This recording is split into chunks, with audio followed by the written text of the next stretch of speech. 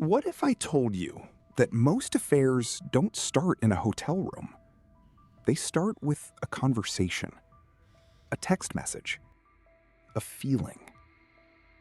Many people believe cheating happens because someone suddenly falls in love with another person. But psychology tells a very different story. In fact, some of the strongest predictors of infidelity have nothing to do with physical attraction at all. So, why do some people risk their marriage, their family, and everything they've built? Let's explore the psychology behind why partners cheat. The biggest misconception about infidelity is that happy couples don't cheat. Unfortunately, that's not always true. Research suggests that cheating can occur even in relationships that appear stable from the outside. Because affairs are often less about finding a better partner and more about fulfilling an unmet emotional need. Humans have a deep psychological desire to feel valued, desired, appreciated, and understood. When those needs go unmet for a long time, some people become vulnerable to outside attention. Not because they planned to cheat, but because they slowly become attached to the feelings another person provides. One of the most common reasons people cheat is emotional disconnection. Marriage requires constant maintenance. Over time, responsibilities, careers, children, financial stress, and daily routines can slowly replace emotional intimacy. Partners may still live together, sleep in the same bed, and share the same life, yet emotionally, they feel miles apart. When someone feels invisible in their own relationship, attention from another person can feel incredibly powerful. A simple compliment, a meaningful conversation, or someone genuinely listening can become the beginning of emotional infidelity. Another powerful factor is novelty.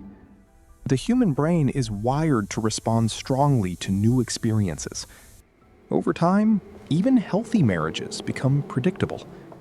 Predictability creates stability, but it can also reduce excitement. A new person brings mystery, uncertainty, and the excitement of being seen through fresh eyes. Psychologists sometimes call this the novelty effect. It's not necessarily that the new person is better, it's that they are different. And for some individuals, that feeling becomes addictive. Many people assume cheaters are overly confident, but surprisingly, some cheat because they feel insecure. External validation can temporarily boost self-esteem. Receiving attention from someone new can create a powerful sense of worth. It becomes proof that they are still attractive, still desirable, still important. The affair becomes less about the other person and more about escaping feelings of inadequacy. This is why some people continue seeking attention from multiple sources, even when they genuinely love their spouse. The problem isn't always the marriage. Sometimes the problem is unresolved insecurity. Here's a truth many people don't want to hear. Opportunity matters. Most people like to believe they would never cheat, but human behavior is heavily influenced by circumstances. Weak boundaries, private conversations, emotional vulnerability, and repeated exposure to temptation can gradually push someone toward choices they never imagined making. Cheating rarely begins with a conscious decision. It often begins with small boundary violations that slowly escalate over time. The psychology of infidelity isn't simple.